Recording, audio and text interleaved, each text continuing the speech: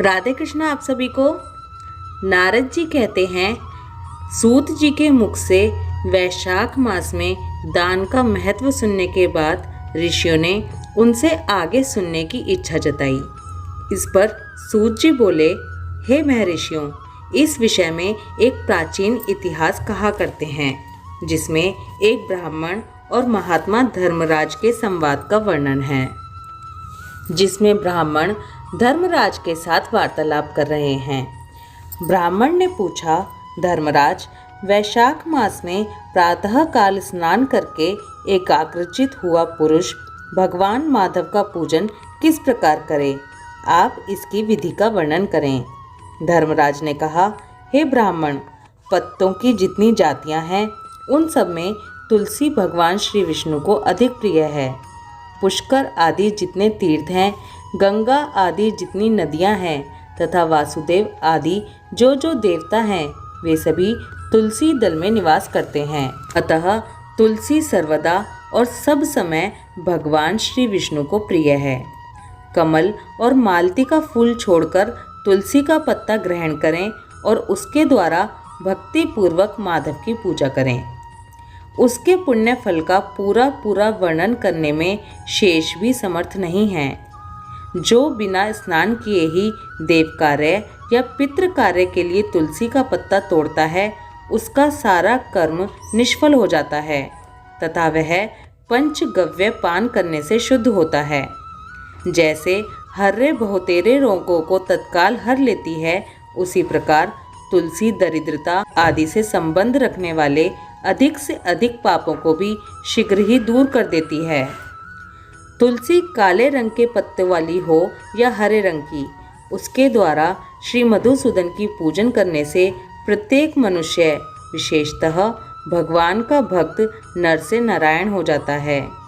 जो पूरे वैशाख भर तीनों संध्याओं के समय तुलसी दल से मधुहंता श्री हरि का पूजन करता है, उसका पुनः इस संसार में जन्म नहीं होता। फूल और पत्तों के ना मिलने पर अन्न आदि के द्वारा, धान, गेहूं, चावल या जौ के द्वारा भी सदा श्री हरि का पूजन करना चाहिए। तत्पश्चात सर्वदेवमय भगवान विष्णु की प्रदक्षिणा करें। इसके बाद देवताओं, मनुष्यों, पितरों तथा चराचर जगत का तर्पण करना चाहिए। पीपल को जल देने से दरिद्रता, कालकर्णी, दुस्वप्न, दुश्चिंता तथा संपूर्ण दुख नष्ट हो जाते हैं।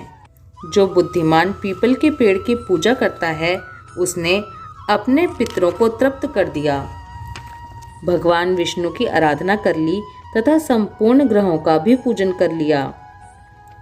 अष्टांग योग का साधन स्नान करके पीपल के वृक्ष का सिंचन तथा श्री गोविंद का पूजन करने से मनुष्य कभी दुर्गति को नहीं प्राप्त होता। जो सब कुछ करने में असमर्थ हो, वह स्त्री या पुरुष यदि पूर्वोक्त नियमों से युक्त होकर वैशाख की त्रयोदशी, चतुर्दशी और पूर्णिमा तीनों दिन भक्ति से विधि पूर्वक प्रातः स्नान करे, तो सब पातकों से मुक्त होकर अक्षय स्वर्ग का उपभोग करता है। जो वैशाख मास में प्रसन्नता के साथ भक्ति पूर्वक ब्राह्मणों को भोजन कराता है तथा 3 रात तक प्रातःकाल एक बार भी स्नान करके संयम और शौच का पालन करते हुए श्वेत या काले तिलों को मधु में मिलाकर 12 ब्राह्मणों को दान देता है और उन्हीं के द्वारा स्वस्ति वाचन कराता है तथा मुझ पर धर्मराज प्रसन्न हो, इस उद्देश्य से देवताओं और पितरों का तर्पण करता है, उसके जीवन भर के किए हुए पाप तत्काल नष्ट हो जाते हैं। जो वैशाख की पूर्णिमा को माणिक यानी मटका, जल के घड़े, पकवान तथा सुवर्ण में दक्षिणा दान करता है, उसे अश्वमेध यज्ञ का फल मिलता है। इस विषय में एक प्राचीन इतिहास कहा जाता है, जिसमें एक ब्राह्मण का महान वन के भीतर प्रेतों के साथ संवाद हुआ था। मध्य देश में एक धन शर्मा नामक ब्राह्मण रहता था। उसमें पाप का लेश मात्र भी नहीं था। एक दिन वह कुश आदि के लिए वन में गया। वहाँ उसने एक अद्भुत बात देखी। उसे 3 महाप्रेत दिखाई दिए, जो बड़े ही दुष्ट और भयंकर थे। धन शर्मा उन्हें देखकर डर गया। उन प्रेतों के केश ऊपर को उठे हुए थे, लाल लाल आंखें, काले काले दांत और सूखा हुआ उनका पेट था। धन शर्मा ने पूछा, तुम लोग कौन हो? यह नार की अवस्था तुम्हें कैसे प्राप्त हुई? मैं भय से आतुर और दुखी हूँ, दया का पात्र हूँ, मेरी रक्षा करो। मैं भगवान विष्णु का दास हूँ, मेरी रक्षा करने से भगवान तुम लोगों का भी कल्याण करेंगे। भगवान विष्णु ब्राह्मणों के हितैषी हैं, मुझ पर दया करने से वे तुम्हारे ऊपर संतुष्ट होंगे। श्री विष्णु का अलसी के पुष्प के समान श्याम वर्ण है, वे पीतांबरधारी हैं। उनका नाम श्रवण करने मात्र से सब पापों का क्षय हो जाता है।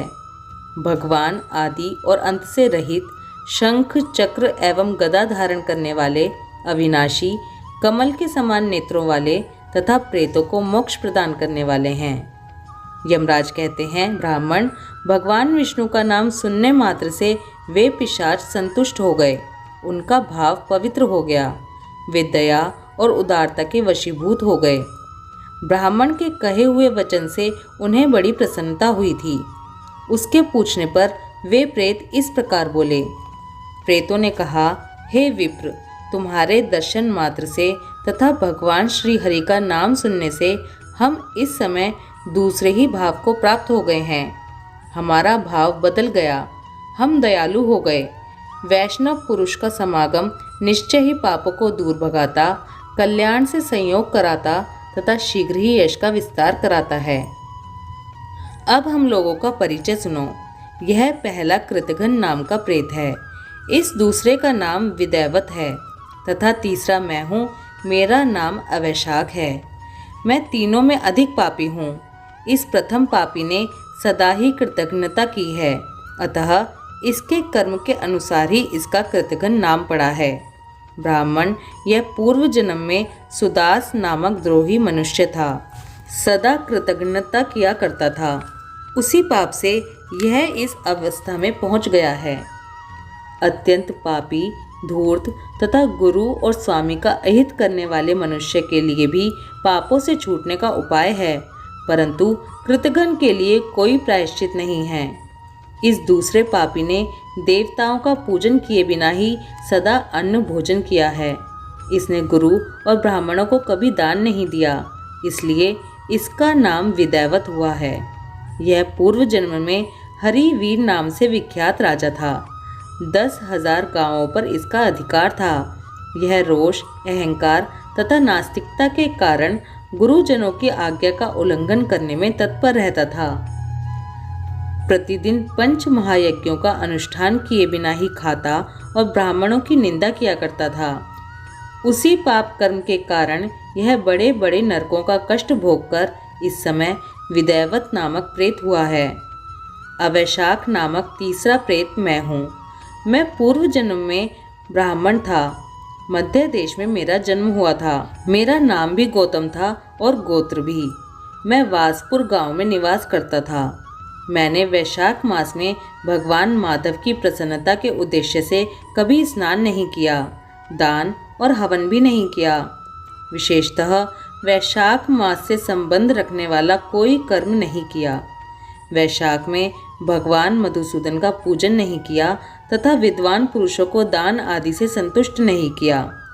वैशाख मास की एक भी पूर्णिमा को, जो पूर्ण फल प्रदान करने वाली है, मैंने स्नान, दान, शुभ कर्म, पूजा तथा पुण्य के द्वारा उसके व्रत का पालन नहीं किया। इससे मेरा सारा वैदिक कर्म निष्फल हो गया। मैं अवैशाख नामक प्रेत होकर सब ओर विचरता हूँ। हम तीनों के प्रेत योनि में पड़ने का जो कारण है वह सब मैंने तुम्हें बता दिया। अब तुम हम लोगों का पाप से उद्धार करो, क्योंकि तुम विप्र हो। हे ब्राह्मण, पुण्य आत्मा साधु पुरुष तीर्थों से भी बढ़कर हैं। वे शरण में आए हुए महान पापियों को भी नरक से तार देते हैं। जो मनुष्य सदा गंगा आदि संपूर्ण तीर्थों में स्नान करता है तथा जो केवल साधु पुरुषों का संग करता है, उनमें साधु संग करने वाला पुरुष ही श्रेष्ठ है। अतः तुम मेरा उद्धार करो, अथवा मेरा एक पुत्र है जो धन शर्मा नाम से विख्यात है। हे स्वामिन, तुम उसी के पास जाकर ये सब बातें समझाओ। हमारे लिए इतना परिश्रम करो। जो दूसरों का कार्य उपस्थित होने पर उसके लिए उद्योग करता है, उसे उसका पूरा फल मिलता है। वह यज्ञ, दान और शुभ कर्मों से भी अधिक फल का भागी होता है। वैशाख मास महात्म्य अध्याय 9 समाप्त। कल हम इसके आगे की कथा को सुनेंगे। ओम माधवाय नमः। राधे कृष्णा।